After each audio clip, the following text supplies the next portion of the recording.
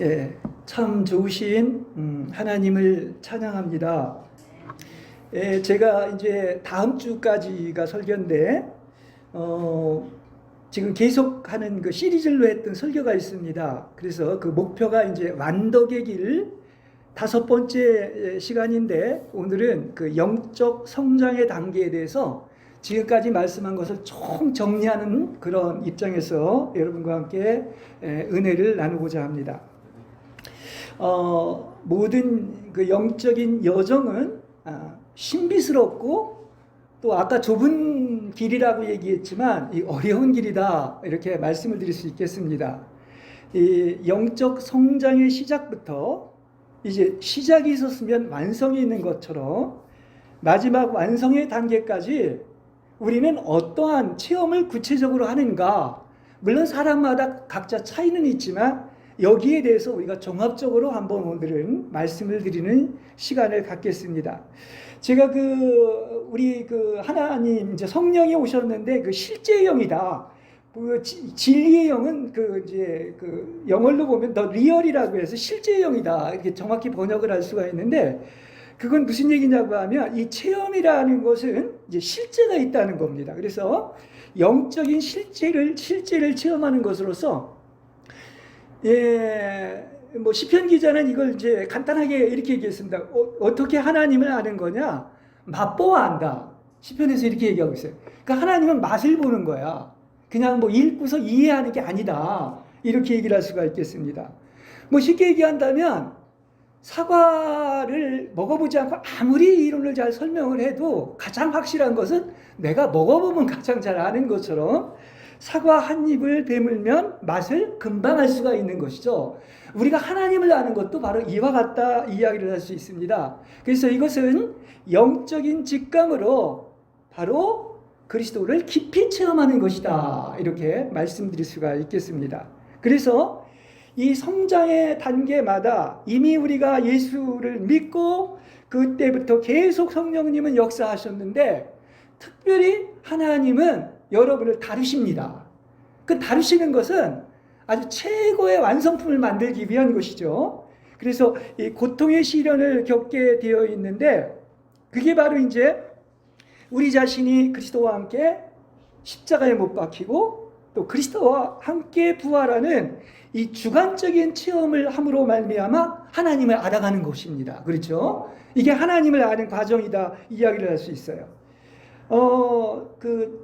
성경 어디나 다 귀하지만 로마서 5장 8절에 보면, 우리가 아직 죄인 되었을 때 그리스도께서 우리를 위하여 죽으심으로써 하나님은 우리에 대한 자기의 사랑을 나타나셨다, 확증했다, 옛날 번역이 이렇게 얘기하죠. 그러니까 하나님의 사랑이 어디에 계시되어 있느냐고 하면 가장 확실한 것이 저 십자가에 나타났다, 이렇게 본문에서 이야기를 하고 있지 않습니까? 그래서 그 앞에 또 5장 5절에 보면 하나님의 사랑이 성령을 통해서 우리 마음에 부어졌다, 이렇게 얘기하고 있는 거예요. 그렇죠? 그러면 이 사랑을 알려면 우리는 어디에서 알아야 된다? 바로 십자가에 계시된 사랑을 알아야 되는 것입니다. 그래야 하나님의 사랑을 확실히 알 수 있다, 이야기를 할 수 있습니다. 여러분, 분명히 하나님을 아는 것은 성경은 그렇게 얘기합니다. 우리의 타락한 이성이나 어떤 지성이나 두뇌나 생각으로 하는 게 아니에요. 그건 단지 이해하는 것에 불과한 것입니다. 그렇죠? 사랑은 어디서 하는 것입니까? 가슴에서 하는 거예요. 심장에서 하는 겁니다. 그러니까 가슴에서, 영에서 사랑으로 하나님을 아는 거야. 영에서 하나님을, 영이신 하나님을 만나는 것이다, 이렇게 이제 말씀을 드릴 수 있겠습니다. 이건 뭐 우리는 하도 우리 교회는 이걸 많이 얘기했기 때문에 여러분은 잘 알 것입니다. 그래서 하나님은 뭐를 통해서만 하느냐? 사랑을 통해서만 하나님에 대한 알을 주시기 때문에, 이게 이제 요한복음 14장 21절에 나오는 말씀이에요. 그러니까 분명히 하나님을 아는 방법은 사랑을 통해 아는 거예요. 이해하는 게 아니다. 그렇다고 한다면 누가 하나님을 가장 잘 알까요? 하나님을 가장 많이 사랑하는 사람이 하나님을 가장 잘한다, 이렇게 이제 간단하게 여러분에게 말씀을 드릴 수 있겠습니다. 그러니까 하나님 알기를 원하시면 뭐 해야 돼요? 하나님을 가장 사랑하는 여러분들이 되시길 바랍니다. 예, 그렇습니다. 그래서 우리는 이제 이렇게 영적 성장의 길에 들어서며 항상 우리는 하나님 앞에 고요히 머무는 법을 배워야 됩니다. 그렇죠? 하나님을 만나야 되지 않습니까? 그래서 기도하는 것이고요. 그래서 우리는 아무런 요구도 없이 하여튼 어떤 문제든 자기를 바라보지 말고 가장 방해하는 게 자아예요. 그래서 자신의 뜻을 포기한 채 오직 그분 앞에 나아가는 여러분이 되시길 바랍니다. 그렇죠? 예, 그게 지름길인 거예요. 그래서 만일에 우리가 신앙생활을 하면서 자신의 힘으로 살려고 하면 이게 바로 하나님의 인도하심을 가장 방해하는 것이다. 얘기를 할 수가 있겠습니다. 그래서 영을 사용하는 것, 여러분이 영이 해방되지 않는 가장 방해 요소가 뭐냐? 루터도 뭐 그런 얘기를 했지만은 많은 영성가들이 그게 바로 뭐냐?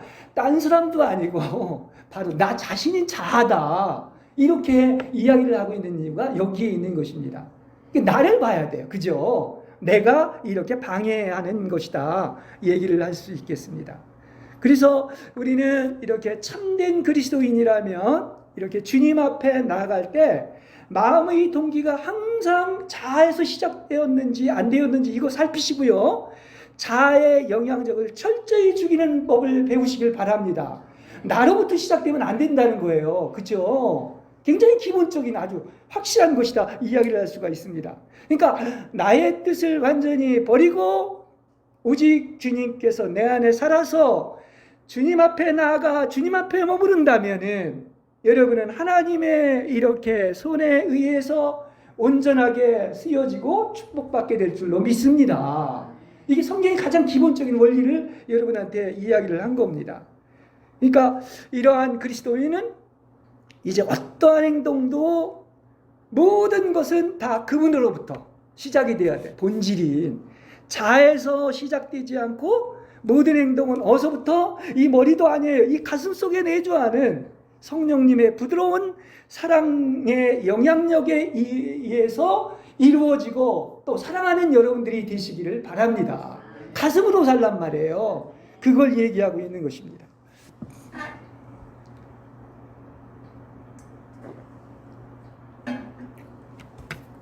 그래서 우리가 진정으로 하나님의 사랑 안에 거하는 자라면 여러분은 어디 안에서 발견해야 돼요? 오직 하나님 안에서만 행복을 발견하게 되는 것입니다. 그게 진짜 행복인 거야. 하나님을 이탈한 것은 그건 잠시 있을 뿐이지 다 사라지는 것들이다. 이야기를 할 수 있겠습니다. 그래서 주님께 자신의 의지를 완전히 복종시키는 동기는 오직 뭐로? 사랑인 거예요. 동기가 사랑이 아닌 건 그건 가짜입니다. 자기의 어떤 이기적인 욕망이 거기에 개입되어 있다 얘기를 할 수 있습니다. 그래서 내가 정말 계속 얘기한 게 그거 아닙니까? 하나님만 사랑한다면 오직 하나님 한 분만을 바라보고 갈망할 줄로 믿습니다. 그 갈급한 마음으로 하나님을 그렇게 간절히 찾는 거예요. 그렇지 않습니까? 그래서 여러분이 만일에 이 동기가 말입니다. 무엇을 시작하는 동기가 욕구가 자신에게서 나오고 자신을 위한 것이라면 절대로 우리는 영적 성장을 할 수도 있고 완주할 수가 없다. 이렇게 이야기를 할 수가 있겠습니다. 그래서 우리가 그러죠. 주님과 내가 일치되어야 되는데 제일 마지막에 뭐냐? 나의 의지가 주님의 의지와 완전히 일치될 때까지 자에서 나오는 모든 욕망들을 피해야 된다. 그러니까 여러분의 의지는 오직 하나님의 뜻과 일치가 되는 거죠. 그렇지 않습니까? 예. 이게 이제 수동성이라고 얘기를 할 수가 있는데, 근데 우리가 왜 신앙생활을 하면서 자꾸 하나님께 실망하고 원망하는 이유는 어디에 있느냐? 다 이게 자기 뜻 때문에 그런 거예요. 자기 뜻을 하나님의 뜻에 복종하지 않고 그렇기 때문에 이것은 무슨 얘기냐? 원망과 실망과 불평이 나오는 것은 하나님의 인도하심에, 하나님의 뜻에, 하나님의 섭리에 자신을 온전히 맡기지 않았다는 증거가 되는 거야. 혹시 여러분이 정말 실망하고 원망하고 불평하는 것은 누구한테 있다? 나 때문이다. 나의 욕구 때문이다 하는 것을 여러분 아시기를 바랍니다. 그래서 이제 주님은 그리스도인의 가슴에 그분의 뜻을 심죠. 그분의 사랑을 심죠. 그래서 하나님이 우리 안에 운행하시어 옛날 번역에 보면 우리 마음속에 뭐라고 했습니까? 하나님이 소원을 두신다고 그랬어요. 그죠? 그것을 그리고 행하도록 하시는 분은 하나님이라고 얘기하고 있습니다. 하나님이 여러분 안에 이 소원을 두시는 거야. 뜻을 두시는 거야. 그 사랑을 두시는 거야. 그래서 그걸 행하게 하시는 거예요. 그렇지 않습니까? 그래서 우리 주님은 여러분 복 주시길 원하시는 분이기 때문에 성도의 마음이 그 축복을 받아들일 수 있도록 준비케 하시고 그 성도에게 내면으로부터 싹트는 이러한 하나님을 사랑하는 갈망을 심어준다는 사실을 아시길 바랍니다. 그래서 그런 마음이 있는 것은 누가 하신 것이다? 내가 스스로 한 것이 아니에요. 하나님이 그런 마음을 여러분에게 심어주신 거예요. 그래서 싹트게 하신 것이다. 얘기를 할 수가 있겠습니다. 그래서 결국은 하나님의 소원이 나의 소원이 되면 얼마나 좋겠어요. 그죠? 그리고 하나님이 주신 그 갈망이 이렇게 그리스도인의 나의 의지와 일치할 때마다 그 소원은 바로 나의 것이 되는 거야. 하나님의 소원이 곧 내 소원이 된다. 이렇게 이야기를 할 수가 있습니다. 자, 그런 면에서는 우리 복잡하면 안 돼요. 우리는 좀 단순함의 능력을 소유할 줄 알아야 되겠습니다. 우리가 이제 그 성령의 특성을 얘기할 때 물로도 표현하고 바람으로도 표현했는데요. 그 단순해서 그런 거야. 물과 같이 온갖 종류의 것들을 다 수용하고 수능적인 것이 그 물의 특색이다 얘기를 할 수 있습니다. 여기 그릇이 있는데요. 물은 어디에나 적용이야. 네모 반듯한 데 가면 네모 안에도 들어갈 수 있고 원형에 들어가면 원형에 들어갈 수가 있는 거야. 이게 바로 무엇이든지 다 수능할 수 있고 수용할 수 있는 능력이야. 물의 능력이 그런 것입니다. 그렇죠? 이와 같이 인간도 어떻게 된다? 인간의 의지가 단순하고 순수한 상태에 있을 경우에 나의 의지와 내주하시는 성령님과의 관계도 이와 똑같다 얘기를 할 수가 있겠습니다. 그러니까 그럴 때는 언제든지 우리는 어떻게 합니까? 단순하게 성령님께 어떻습니까? 순종한단 말이에요. 성령님을 따라가는 거예요. 뻗튕기지 않는단 말입니다. 그렇지 않겠습니까? 그렇죠? 그래서 그리스도인의 이런 의지는 물과 같아야 한다고 생각합니다. 영혼이 더 이상 자신의 어떤 부분에 대해서도 막 주장하고 지식을 어떤 고집하거나 또 구별하라고 하지 않고 오직 성령만 따르는 거야. 그렇죠? 이게 물같이 순응하는 겁니다. 단순화되고. 그래서 의지는 더 이상 어떤 것도 자신의 소유하고 자신의 어떤 것을 소유하고 주장하지 않아야 됩니다. 오직 하나님의 뜻에만 순종해야 되겠죠? 그런 훈련을 받는 거예요. 그래서 이렇게 우리의 의지가 진정한 순수함으로만 존재할 때 주님께서 자신에게 주시는 모든 것을 여러분은 기쁨으로 받을 수 있게 될 줄로 믿습니다. 예, 그렇습니다. 공감하시죠? 예, 그렇습니다. 그래서 우리는 자신의 자아를 위한 어떤 것도 소유하라고 고집하지 말고요. 은혜 받는 기결이 여기에 있습니다. 아직도 나를 위해서 내 것을 어떤 소유하려고 하는 이것 때문에 되는 것인데 그런 것들을 고집하지 마시기 바랍니다.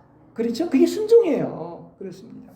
그래서 성령의 순응함으로 얻을 수 있는 이 놀라운 보물을 우리는 깨닫기 되기 전까지는 이게 엄청난 상실을 느끼는 거예요. 왜냐? 내 뜻대로 안 되니까. 그렇죠? 내 마음대로 안 되니까 그런 거예요. 하지만 이 상실을 경험하지 않는다면 이보다 더 큰 상실을 경험할 수밖에 없다는 사실을 아시기 바랍니다. 어차피 순응하는 거 그냥 일찍 그냥 완전히 백기양복하고 죽이시기 바랍니다. 그렇지 않습니까? 틀린 말 아니죠. 그렇지 않습니까? 네. 하나님이 즐거워하는 사람은 그래서 우리가 이제 3대 적이 있거든요. 우리가 신앙생활하는데 방해되는 게 그게 하나가 뭐냐면 지금 얘기한 자아가 있고 또 하나는 세상이 있고 또 하나는 사탄이 있습니다. 그래서 하나님을 즐거워하는 사람은 아까 지금 자아를 얘기했고 또 세속적인 것에는 즐거움을 느끼지 못하는 것입니다. 아직도 세상이 너무나 좋다. 이거는 출애굽을 못한 것이다. 까지 얘기를 할 수가 있습니다. 예, 그런데 주께서 말입니다. 훈련을 시키느라고 우리의 소유를 가져가실 때가 있고 또 우리에게 가혹한 어려움을 허락하실 때가 있고 이게 여러분의 신앙의 여정에서 이런 것들을 여러 가지로 경험을 합니다. 또 모든 것이 이 불공평해 보일 때 많은 사람은 이게 하나님 자신보다는 하나님이 주시는 것들만 원하는 영혼들은 하나님을 떠나서 다른 곳에서 자신의 기쁨을 찾는단 말이에요. 그러나 하나님 자신만 원하는 사람은 그럴 일이 없다는 사실이지요. 그렇죠? 그러니까 그렇게 선물만 하나님 자신보다는 주님이 원하는 것들만, 그런 주시는 것들만 원하는 사람은 그런 기쁨을 찾아서 세상과 또 다른 사람과 다른 그리스도인들을 의지하게 되는 거예요. 하나님만 의지하지 않는 거예요. 근데 우리가 살아보니까요, 누구만 의지해야 돼요? 믿을 것, 의지할 분은 오직 하나님 한 분밖에 없는 거예요. 그래서 여러분을 그렇게 훈련시키는 거야. 그래서 그럼 또 어떤 시련도 있고 고뇌도 있고 아픔도 있다, 병도 있다 얘기를 할 수가 있는 것입니다. 그렇죠? 그러니까 자신만을 사랑하고 이렇게 사람들은 자신에게 만족스러운 느낌만을 주기를 원하기 때문에 이렇게 신앙에 있어서 어떤 것입니까? 이렇게 어려움을 당한다 이야기를 할 수가 있는 것입니다. 하나님이 주시는 기쁨과 그분의 선함을 추구했던 이제 사람들이 처음에는 예수 믿으면 하나님이 다 이렇게 은혜를 주시고 첫사랑 시험케 합니다. 근데 반드시 신앙의 여정이, 제가 이제 지금 신앙의 어떤 전반적인 단계를 이제 종합적으로 얘기하고 있기 때문에 불의와 박해, 고난과 고통에 직면할 수가 있는 겁니다. 이거 당연한 거예요. 안 오는 게 아닙니다. 오히려 사랑하기 때문에, 아까 사랑하는 자에게는 더 매를 때리시고 징계한다고 아까 본문에서도 읽지 않았습니까? 그걸 할 수가 있어요. 자, 그러면 어떤 일이 생기느냐? 천상의 기쁨이 사라지고 하나님의 축복이 실제로는 내가 그걸 당해보고 나면은 내가 믿음이 있는 줄 알았는데 견고한 믿음의 근거가 되지 않았다는 것을 발견하게 되는 거예요. 이해가 돼요? 그렇습니다. 그렇구나. 내가 굉장히 열심히 신앙생활 하는 줄 알았는데 막상 내가 어려움을 당하고 보면 그때 딱 드러나는 거야. 내가 믿음이 없구나. 오히려 하나님이 주시는 것들만 원했지 하나님 자신을 원하지 않았구나. 이런 것들을 깨닫게 되는 것입니다. 때문에 그리스도인이 고난을 만날 때 이 고난을 받아들이는 자세가 중요한 겁니다. 고난에서 도망하지 않고 고난을 받아들일 줄 아는 것이 매우 중요한 겁니다. 여러분이 하나님이 사랑하는데 그러한 고난을 주시는 것은 여러분이 복 주시려고 축복하기 위한 증거라는 사실을 아시길 바랍니다. 굉장히 역설적이지 않습니까? 그렇습니다. 그리고 나아가서 여러분, 우리는 우연이 없어요. 이게 하나님의 손길 안에 있는 것이고 하나님이 축복하시고 인도하시는 길이기 때문에 고난의 무게를 덜어보려고 애써거나 절대로 발버둥 치지 마시기 바랍니다. 오히려 시련을 만나거나 기쁘게 여기라. 야고보서 베드로, 바울 다 얘기하고 있지 않습니까? 그걸 그렇게 해야 될 걸로 생각합니다. 그래서 그리스도인은 온갖 바람에도 흔들리지 않는 견고한 상태까지 나아가야 하고, 우리 믿는 이들은 고통이 지속되더라도 절대로 어떤 연약함에 굴복하지 마시기를 바랍니다. 반드시 이걸 참고 넘기면 엄청난 축복이 오는 거예요. 그렇지 않습니까? 근데 이걸 겪게 한단 말이야. 왜냐? 하나님을 알게 하려면 공짜로 되는 게 아니에요. 이러한 겪고 나서, 이런 다르심을 받고 나서 아는 거야. 하나님을 그냥 아는 게 아니란 말입니다. 그래서 참된 그리스도인이라면 하늘의 기쁨이 허락되지 않은 상황에서 어떻게 하라? 여전히 넘어지지 않는 경지에 이르시기를 바랍니다. 우리가 넘어지지 않는 게 왜 자꾸 넘어지는 줄 아십니까? 사실은 하나님을 몰라서 그런 거예요. 그렇지 않습니까? 하나님을 알수록 정말 하나님은 왜 하나님이 이러셨나 하는 게 아니라 진짜 어려움을 당하고 고난을 당하고 나서 진짜 하나님은 좋으신 분이구나. 이것을 발견하게 되는 사실을 아시기를 바랍니다. 그렇습니다. 그래서 우리 그리스도인에게는 실제로 두 가지 얻은 바함이 있습니다. 이건 이제 십자가의 성 요한이 얘기한 건데, 감각의 얻은 바함이 있고 또 영적으로도 얻은 바함이 있어요. 근데 이 얻은 바함은 바로 뭐다? 이거는 다른 모든 것을 다 무로 만들고 하나님만을 찾게 하기 위한 거예요. 그런 훈련입니다. 그러니까 축복이라고도 얘기를 할 수가 있어요. 그러니까 오직 하나님 때문에 하나님만을 추구하는 그리스도인들은 어떤 것입니까? 이게 복받은 사람이야. 하나님만 추구하는, 자기의 만족을 추구하는 사람과 비교한다면 어떻습니까? 세상적인 눈으로 보면 이렇게 하나님만 사랑하는 사람들은 마치 버림받은 자처럼 보일 수가 있는 거예요. 그러나 하늘의 시각으로 보면 가장 사랑받고 축복받은 자임을 아시길 바랍니다. 아멘? 그래서 굉장히 귀한 어떤 진리예요. 그걸 얘기하고 있습니다. 그렇죠. 절대 그건 버림받은 게 아니야. 사랑하기 때문에 아까 좁은 길 간다고 얘기하지 않습니까? 좁은 문 가고요. 사랑하는 자가 그 길을 가는 거야. 그리고 그런 훈련을 시킨다는 그 사실인 것입니다. 그래서 결국은 어떤 총체적인 죽음을 경험한 그리스도인만이 도달할 수 있는 성장의 단계가 있는데 이래야 만주를 할 수가 있고 정상에까지 갈 수가 있다. 이게 신앙의 단계에서 경험하는 것이다. 이야기를 할 수가 있겠습니다. 그래서 그 영혼은 하나님 안에 굳건히 서가지고 어떻습니까? 하나님 위에 어떤 피조물에서도 만족을 얻지 않습니다. 하나님 안에서 만족을 얻는 것입니다. 그래서 우리는 어떻게 해야 된다? 철저히 역시 그 좋으신 주님의 품 안에 그리고 주님 안에 뿌리를 확고히 내리시고 이렇게 자신의 기쁨을 얻기 위하여 세속적인 즐거움으로 되돌아가는 일이 없기를 바랍니다. 죽으나 사나 오직 주님 한 분만인 거야. 그렇지 않습니까? 공감이 되시죠? 이거 왜냐하면 우리 신앙의 여정을 뭐 다 각자는 다르겠지만은 그러나 이렇게 전반적인 것을 여러분에게 말씀드리기 때문인 것입니다. 자, 하나님을 만나야 된다. 제가 아까도 이제 그 얘기를 했는데 하나님을 만나면 어디서 하나님을 여러분은 만납니까? 예? 밖으로 나가지 마시기 바랍니다. 하나님이 어디에 계세요? 여러분 영 안에 계시죠? 그러니까 내면으로 가야 돼요. 거기서 또 하나님의 음성도 들리는 것입니다. 그래서 밖으로 나가서는 하나님 만날 수가 없습니다. 그리스도인의 삶에서 그래서 내면의 길을 추구하고 하나님의 임재 안에서 자신의 모든 존재를 집중해 가지고 여러분 주님 안에서 주님을 부르시고 주님과 교통하시고 또 계시를 받는 여러분이 되시길 바랍니다. 이제 이거 영적으로 지성소 안에 있다는 그 얘기인 것인데 언제나 영 안으로 들어가란 말이에요. 그래야 하나님을 만나는 거야. 그렇죠? 그렇지 않으면요. 이게 진리를 바로 알아야 되는 게 엉뚱한 데서 자꾸 하나님을 찾으려고 하기 때문에 문제예요. 이런 걸 바로 가르쳐야 됩니다. 목사들이. 근데 자꾸 바깥에 어떤 것에서 마치 그게 축복인 양 얘기를 하고 있는데 그렇지 않으면 주님이 계시지 않은 곳에서 그분을 찾아 헤매다가 모든 힘을 소모하고 낭비해버린단 말입니다. 그러니까 얼마나 아까워요. 그 시간이. 주님을 안에서 내면에서 만나야 되는데 그래서 그리스도인은 내부에 자신의 영으로 향하게 되고 그래서 주님은 또한 그곳에 오셔서 그 사랑과 만나는 거죠. 거기에 또한 그 사랑이 있는 거예요. 그래서 사랑할 때 만난다고 하는 게 그런 뜻도 가지고 있는 거예요. 머리는 이해하는 기관이에요. 가슴은 사랑하는 거죠. 그러니까 하나님 사랑이니까 내 사랑에 불과 하나님의 사랑이 우리 만나는 것이죠. 그게 사랑이 만나는 거야.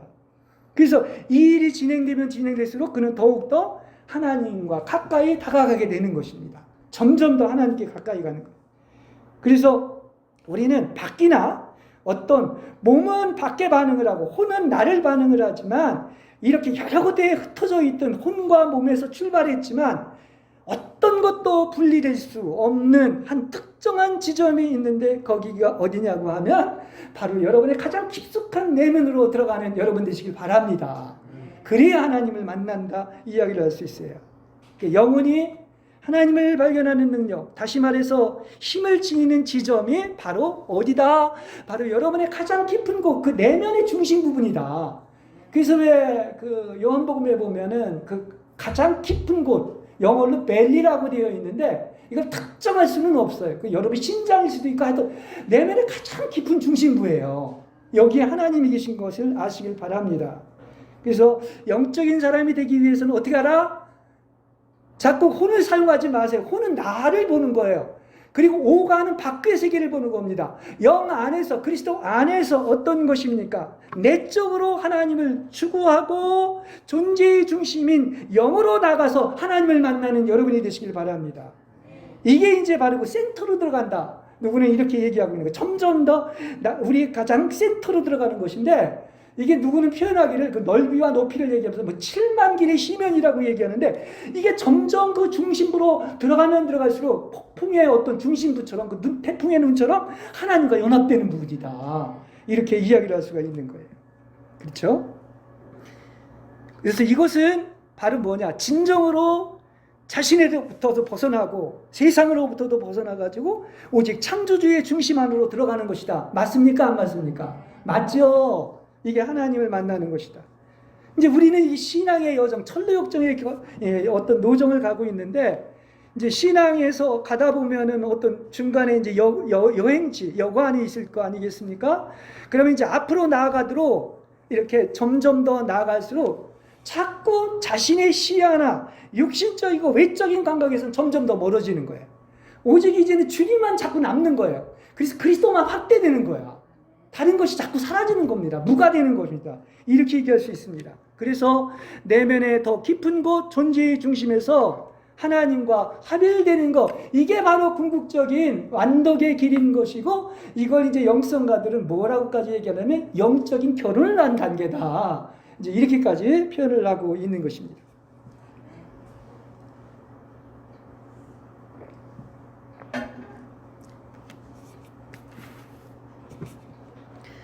자, 그러면 내가 지금 그 중심부를 향하여 하나님 안으로 계속 들어가가지고 그리스도가 전부가 되는 것인데, 하나님 안으로 얼마나 깊이 들어갔는지를 알려면은 그냥 쉽게 이렇게 얘기할 수 있어요. 얼마나 자신에게서 벗어났는지, 자아에서 이탈되는지를 보면 알아요.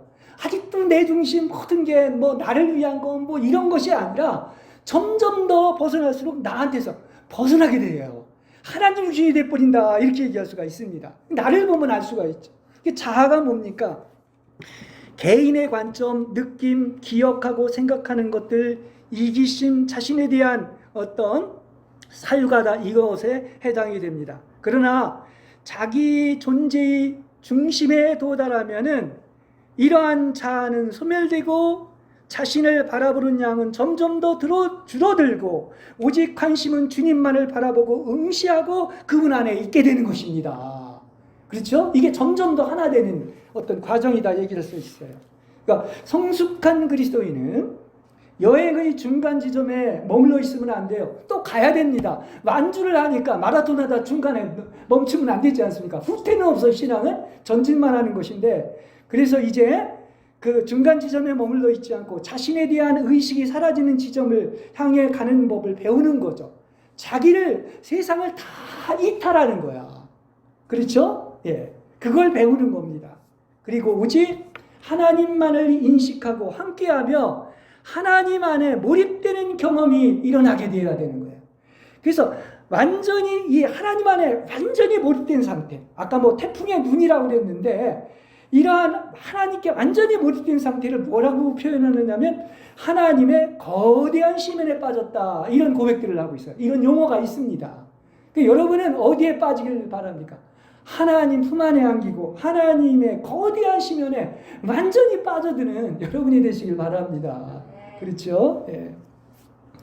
그는 주님 외에는 언제 더 이상 어떤 것도 알기를 원치 않고 생각하지도 않는 지점에 도달할 수 있습니다. 이거는 우리가 계속 이제 그 완덕에 대한 설교를 하면서 그 너무 지나치지 않습니까? 아닌데 아니에요. 성경대로 얘기할 수밖에 없는 거야. 그렇죠? 목표가 이거니까. 그렇지 않습니까? 자, 그렇다면 우리는 어떻게 가장 힘들다고 하는 자아를 초월할 수가 있는가? 루터도 그 얘기를 했습니다. 자기는 어떤 추기경보다 교황보다 더 무서운 게 자기의 자아다, 이렇게까지 이제 이야기를 하고 있는데요. 그러려고 하면 뭡니까? 쉬운 얘기를 한마디로 얘기를 합니다. 여러분의 의지를 포기하시기 바랍니다. 내 뜻대로 살지 마시기 바랍니다. 의지를 포기하는 거야. 그리고 오직 하나님의 뜻에 나의 의지를 맞추는 거야. 그래야 하나님의 뜻대로만 사는 것입니다. 그렇죠? 예. 그러니까 인간이 존재의 중심으로 다가가는 것은 그의 모든 이해와 기억을 하나님께 내어드리는 작업이라고 얘기를 할 수 있는데, 순례자의 여정인 그리스도인이 가야 할 길은 바로 뭡니까? 여행의 목적지인 어디까지 가야 된다? 완덕에까지 가야 되는 거예요. 그래서 많은 주제들이 있죠. 어느 책은 갈멜살에 이르는 길이라고, 어떤 것은 또 완덕에 이르는 길이라고 하는 이런 유명한 책들이 있거든. 다 이 목표를 향해서 가는 것을 이야기하고 있는 거예요. 자, 우리 인간의 내면은 결코 쉽게 변하지 않습니까? 아까 기도에서도 얘기했지만 제가 이제 몇 개월 빼놓은 벌써 거의 40년을 이제 메시지를 전했더라고요. 참 부족한 점도 많았고 내가 얼마나 커다란 죄인인가 하는 것을 또 아침에도 또 다시 그것이 이렇게 엘리베이터를 타고 올라오면서 그런 생각이 들더라고요. 참 이렇게 내가 예수님이 없었다면 정말 극악무도한 자일 수밖에 없었다는 것을 생각했고, 절대로 인간의 내면은 그렇게 쉽게 변하지 않습니다. 여러분 변했으면 벌써 다 천국이 됐을 거예요. 그렇게 변하는 게 아닙니다. 하나님의 은혜 아니면 안 됩니다.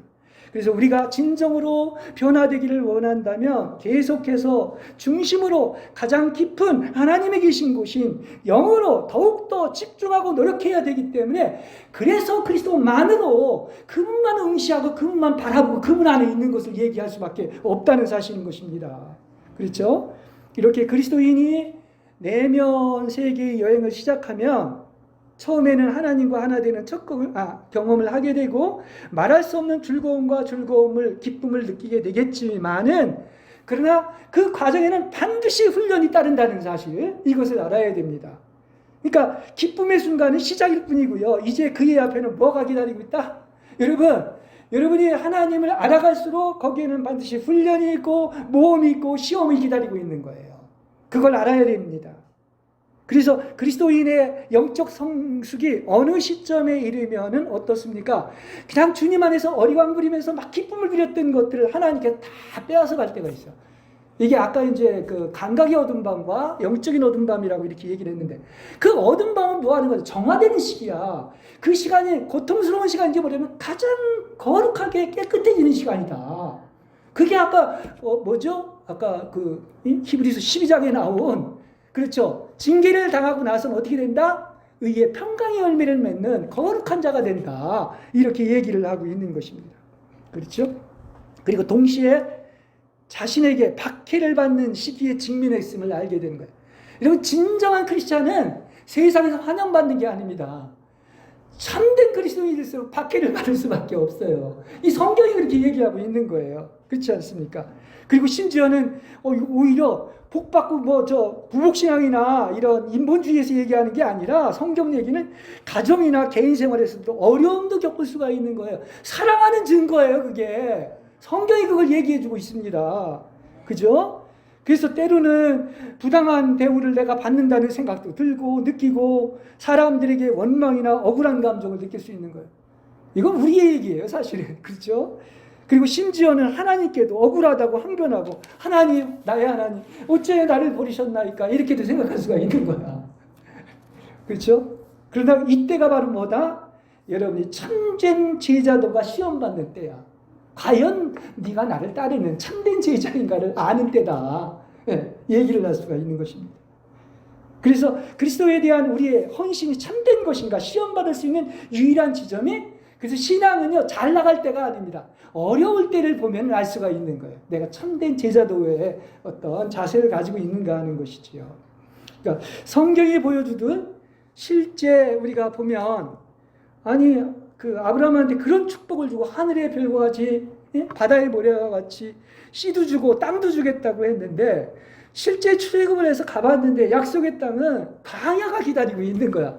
광야의 끄트머리에 간 다음에 그래서 또 요단강을 건너가지고 넘어가는 이 과정이 반드시 있다는 사실인 것입니다. 그게 성경 얘기 아닙니까? 그래서 이 광야에서 영혼의 캄캄한 밤에 도달하면 어떤 것입니까? 주님처럼 어찌하여 나를 버리셨나이까, 이렇게 절규했던 그 예수님이 왜 이렇게 부르짖을 수밖에 없었는가 하는 것을 깨닫게 되는 거야. 우리도 이런 체험을 하는 것입니다. 그거 복 받은 거예요. 왜냐? 나 같은 것을 위해서 그분이 그러한 것을 겪었는데, 그게 바로 내가 경험해야 돼. 그래야 제대로 아는 거예요, 십자가가 뭔지를. 그죠?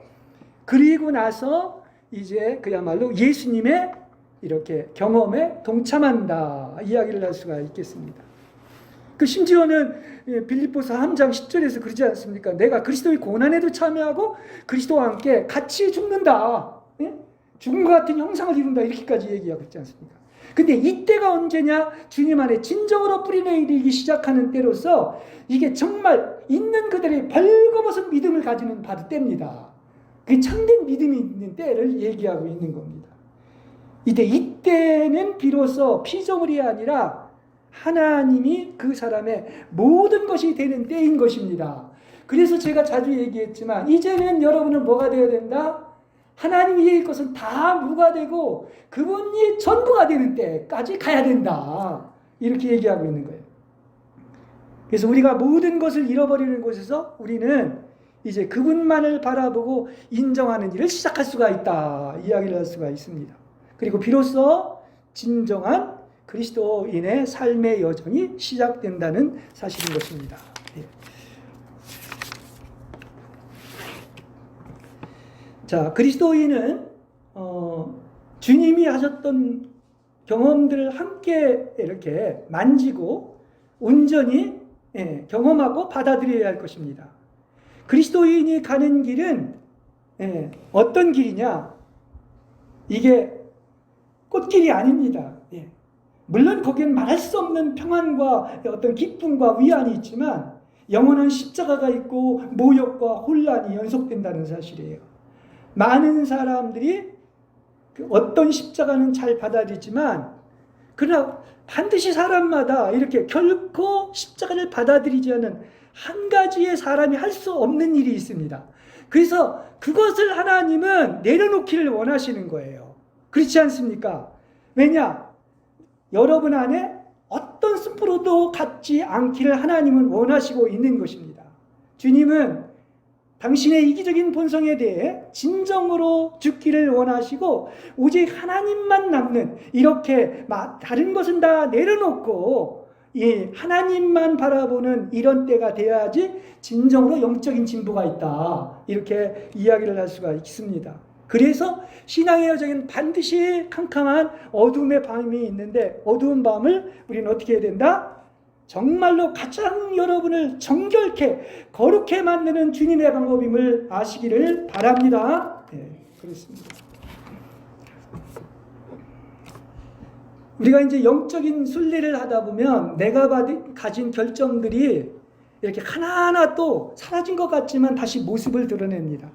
여기서 여러 가지 이 결정들을 이제 자각을 하는 그리스도인은 내가 나를 보면 얼마나 추악하고 죄인이며 자신이 덕을 행하고 선행하는 일이 쉽지 않다는 사실을 발견하게 됩니다. 왜냐? 그 불완전함이 다 드러나는 것처럼 느껴지기 때문이에요. 그러나 이때도 어떤 일이 있는 것입니까? 바로 그게 멈춰지고 정지된 것이 아니라 자신의 결함을 발견한 이 가엾은 존재인 것 같지만은 여기에 반드시 하나님의 손길이 있고 더 나아가서는 뭡니까? 여전히 여러분은 영적으로 여러분을 하나님이 다루시고 영적으로 진보하고 있다는 사실을 믿으시길 바랍니다. 그렇죠? 그러니까 우리는 그런 것으로 본다고 하면 우리가 좋을 때나 안 좋을 때나 감정으로 살면 안 되고 느낌으로 살면 안 되고 오직 믿음으로만 살아야 되는 거예요. 그렇죠? 그러니까 어려울 때도 뭡니까? 항상 온전히 믿고 하나님만을 의지하는 이 훈련을 시킨다는 사실. 근데 언제 훈련이 가장 잘 된다? 어렵고 힘들고 고난당할 때. 그렇지 않습니까? 이때 정말 여러분은 성숙한 그리스도인이 된다 이야기를 할 수가 있겠습니다. 그래서 우리는 그야말로 정말 이런 과정을 거쳤을 때 점점 더 하나님만이 전부가 되고 하나님만을 갈망하고 하나님을 기다리기 시작한다는 사실입니다. 여러분은 지금까지 신앙생활하면서 혹시 하나님 말고도 다른 걸 의지합니까? 기다립니까? 갈망합니까? 하나님이 이런 것들을 싹 점점 더 소멸해가고 다 제거시킨다는 사실을 아시길 바랍니다. 그게 여러분이 하나님을 사랑하는, 하나님이 여러분을 사랑하는 증거라는 사실이에요. 그래서 하나님만을 신뢰해야 한다는 것을 비로소 깨닫게 되는 거예요. 아멘이죠? 그 답은 명확관화한 것 같아요. 그래서 이러한 종류의 경험은 누구한테 주어진다? 하나님이 사랑하는 자에게 주어지는 어떤 경험이다 이야기를 할 수가 있습니다. 그래서 그런 사람은 유혹을 받아 진정한 그리스도인으로 검증이 되었고 또 시험을 받은 후에 주를 위해 이게 나한테 당하는 이 고통의 시련은 정말 받을 만한 가치가 있는 것이구나 하는 것을 알게 된다는 사실인 것입니다. 그래서 당시에는 슬퍼 보일지 모르지만 이걸 통과하고 나면 아주 여기서 느끼는 달콤함이 있어요. 그 고통과 아픔을 통과한 만큼 주님이 주시는 놀라운 풍성한 은혜가 있다는 사실을 아시길 바랍니다. 그리고 이런 사람은 주님을 향한 어떤 성실함과 깊은 겸손을 가지고 있다 이렇게 이야기를 할 수가 있습니다. 근데 이 자체만으로도 우리는 그 가치 있는 존재로 인정받는 것이지만 정작 본인들은 이러한 좋은 품성이 있다는 것을 의식하지는 못합니다. 자, 이쯤에서 위로의 말을 전합니다. 바로 뭐냐? 하나님께서 우리에게 이제 이렇게 사랑하시고 사역을 하시는데, 그렇다고 한다면은 지금 가장 이렇게 이제 세 가지인데, 오늘은 이제 그 두 가지를 집중해서 얘기하지 않습니까? 완전히 자아에서 이탈되는 것, 자아가 파쇄되고 포기되는 것, 그리고 또 하나는 세상을 버리는 것인데, 그러면 내 영혼이 무엇을 포기하고 어떻게 희생해야만 할 것인가, 이렇게 정확히 알기를 원한다고 하시죠? 이렇게 정확히 알기를 원한다고 하면 하나님의 계획이 있는 거예요. 그럼 그 하나님의 그런 방법, 여러분의 인생에 대한 구체적인 계획을 설명하는 방법이 있는데, 그게 지금 계속해서 얘기하는 거지만은 여러분을 어디에 집어넣느냐 하면 가장 가혹한 시련의 동안 속에 집어넣는다 사실을 아시기를 바랍니다. 그래서요, 이런 간증들이 많아요. 하나님을 만난 사람들을 보면 동서남북 맡기고 어떤 완전히 그야말로 어떤 절망의 어떤 극한 상황에 있거나 어떤 병에 걸려가지고 내가 이거 더 이상 소망이 없을 때 하나님이 만나주시는 경우를 너무나 많이 봅니다. 근데 이건 하나님이 축복 주시기 위한 거야. 하나님을 진짜 알게 하기 위한 것이다. 이야기를 할 수가 있습니다. 그래서 여러분, 정말 완덕에 이르려고 하면 어떤 시련의 어떤 불도가니, 정금처럼 되어 나오는 그런 욥의 체험처럼 그런 것이 있고 나면 어떻습니까? 최고의 어떤 완덕의 단계까지 이르고 복받은 사람이 될 줄로 믿습니다. 그래서 그분은 영혼이 소유한 모든 것을 희생하는 지점까지 몰아넣으신다는 사실이에요. 여러분이 아마 이런 설교를 들으면 좀 일반적으로는 너무 이건 좀 극단적이지 않은가 생각을 하는데요. 제가 이 설교를 여러분한테 드리면서도 이거는 특별히 넓은 길을 가는 사람들에 해당되는 것은 아닌 것 같아요. 이건 좁은 길을 가고 특별히 하나님의 특별한 사랑을 받는 이기는 자나 또 아니면 신부의 영성을 가진 자들에게는 반드시 이런 과정이 있는 거예요. 그러니까 여러분은 이미 선택받았고 또 좁은 길을 가고 있는 축복받은 존재이기 때문에 이 복음을 들을 수밖에 없는 거야. 들어야 되는 거예요. 그렇지 않습니까? 네. 자, 그렇다면 이러한 희생이 어떻게 이루어집니까? 우리가 그러한 희생에 도달할 수 있는 방법은 바로 뭐냐? 이게 다 지금 보면은 제가 설교를 하면서도 조금 여러분한테 부담이 되지 않을까, 이건 뭐 제 생각일 수도 있습니다만은 세상의 관점에서 보면 하나님의 것은 다 역설이에요. 다 반대입니다. 어떻게 보면 그렇게 생각해도 좋아. 세상에서는 축복이라고 하는 것은 하나님이 볼 땐 저주인 것이고, 하나님이 볼 때 가장 축복이라고 하는 것은 세상이 볼 땐 저주인 거예요. 이게 이제 루터가 얘기한 십자가의 신학에서도 이 얘기를 하고 있는 것을 알 수가 있는데요. 자, 그러려고 하면 여러분이 그러한 예수님처럼 그러한 위대한 의상에 도달할 수 있는 유일한 방법이 뭔지 아십니까? 이것도 또 뭡니까? 이게 자기 자신에 대한 절대적인 절망을 하는 거야. 나는 끝났다. 나는 아무것도 할 수 없다. 그리고 나는 오히려 할 수 없음을 바울같이 자랑해야 돼요. 그때 뭐만 남는다? 오직 예수만 믿게 되는 것입니다. 예수만 바라보게 되는 것입니다. 그렇죠? 그래서 한 개인이 의지하던 모든 것이 박탈당하고 이렇게 하나님의 손에 무조건적으로 자신을 내어드릴 수밖에 없을 정도로 우리는 그러한 강렬한 체험을 하게 된다는 사실인 것입니다. 그래서 이렇게 볼 수가 있습니다. 여러분이 아직도 자신에 대한 기대를 가지고 있다면 이건 아닌 거예요. 자신에 대해서 절망하면 절망할수록 어떤 일이 생기는지 아십니까? 하나님을 의지하게 된다는 사실을 믿으시길 바랍니다. 왜 복 준다고 했는데 자기 동족을 광야로 이끌었느냐? 그거는 땅의 것을 공급받는 게 아니야. 다 막히고 나니까 어디에서? 하늘에서만 떨어지는 거야. 그러니까 하나님만 바라보는 거야. 그래서 그걸 훈련시킨 거야. 그리고 나서 그 뭡니까? 이렇게 한 이유는 사람이 떡으로만 사는 것이 아니라 하나님의 말씀으로 사는 것이고, 네가 진정 나를 사했는가? 이거 알기 위한 것이었다. 이렇게 이야기를 하고 있지 않습니까? 그렇죠? 그래서 자신에게서 멀어지고 그야말로 자아가 파쇄되고, 그러면 그럴수록 우리는 눈에 보이는 것을 의지하는 것에서 점점 더 멀어질 것이고 하나님에 대한 온전한 믿음 속으로 더 깊이 들어가게 될 것입니다. 그래서 이래서 이제 좁은 길인 거예요. 이래서 좁은 길입니다. 그 정해진 길이기 때문에 그렇게 얘기를 할 수 있습니다. 그래서 이제는 이러한 믿음은 여러분이 지금까지 의지하던 모든 것을 다 빼앗겼을 때 이루어지기 때문에 이 세상 것을 다 빼앗기고 박탈당하고 어려움을 당하고 시련을 당하고 불시험을 당할수록 어떤 것입니까? 그야말로 다른 것은 다 뺏겼는데 결국은 뭡니까? 바울의 고백처럼 그 믿음의 사람들의 고백처럼 그리스도만 다 얻는 거예요. 다른 것이 소멸될수록 그리스도만이 100% 증가되는 것이다. 이야기를 할 수가 있습니다. 그래서 이 궁극적인 의생은 그리스도인이 자신의 영혼을 완전히 포기하고 하나님께 내어드리는 것입니다.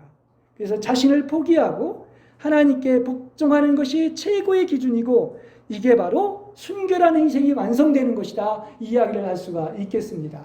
그래서 우리는 그야말로 이 포기와 복종이라는 이 공과를 배워야 될 줄 믿습니다. 주님을 위해서라면 내가 오직 동기는 사랑이고 이렇게 위대한 희생, 순종의 한계가 어딘가? 예? 이것이 우리 안에서 이루어져야 되는데 그래서 이렇게 되는 데 있어서 이 모든 우리가 이 길을 가는 데에 어떤 어려움이 생기는 것은 뭐 때문이다? 나 때문이고 내가 하나님께 반항하기 때문에 생겨난다는 것입니다. 그리고 우리의 반항은 자신을 사랑하는 자기의 애착에서 비롯되는 것이기 때문에 이런 거 보면 가장 중요한 문제는 내가 나를 다스리는 것이 이렇게 중요한 거야. 그게 제일 기본이에요. 이게 돼야지만 다른 사람과의 관계도 이루어지는 것이기 때문에 그래서 성령의 열매 중에 하나가 바로 뭡니까? 절제라는 것은 셀프 컨트롤이라고 해서 자기를 다스릴 줄 아는 사람이 되어야 되는 거예요. 그렇죠? 네. 자, 주님은 이렇게 십자가에 달리셨고요. 그런데 십자가에 달리셨을 때 어떤 것도 저항하지 않고 죽기까지 복종함으로 말미암아 우리 모든 사람이 복을 받았습니다. 그죠? 내가 그런 복을 받은 거예요. 근데 우리는 어떤 사람들인가? 우리는 정말 주님을 알아가려고 하면 그냥 알아가는 것이 아니라 주님의 십자가에 나도 못 박히고 또 어떻습니까? 어떤 십자가를 저항하지 않고 주님처럼 우리도 기꺼이 매달린다면 주님을 알 수가 있는 겁니다. 주님의 마음과 생각을 배울 수가 있는 거예요. 그죠? 그러면 우리에게 어떤 일이 일어났다 할지라도 하나님께서는 그 고난을 효과적으로 여러분에게 사용합니다. 그래서 결국은 축복되게 만드는 거예요. 제가 감히 또 이런 얘기를 해서 죄송하지만 우리 그 이유순 사모님이 이제 그런 여러 가지 것을 이렇게 경험했는데 아마 그것을 통해서 하나님을 깊이 만났을 거예요. 그리고 지금 그 과정을 겪게 하신 것은 하나님이 너무나 사랑하는 영혼이고 또 나아가서 하나님이 정말 이 완덕에 이르게 하기 위해서 이러한 길을 걷게 하셨다는 것을 저는 믿습니다. 왜냐? 그게 성경하고 맞기 때문에 하는 얘기예요. 성경이 그걸 얘기해주고 있기 때문에 그런 말씀을 드리고 있는 것입니다.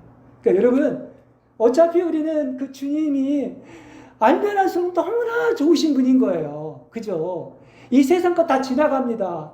자기 너무 사랑하지 마시기 바랍니다. 그래서 하나님 잘 못 만나는 거야. 복 못 받는 이유가 거기에 있는 거예요.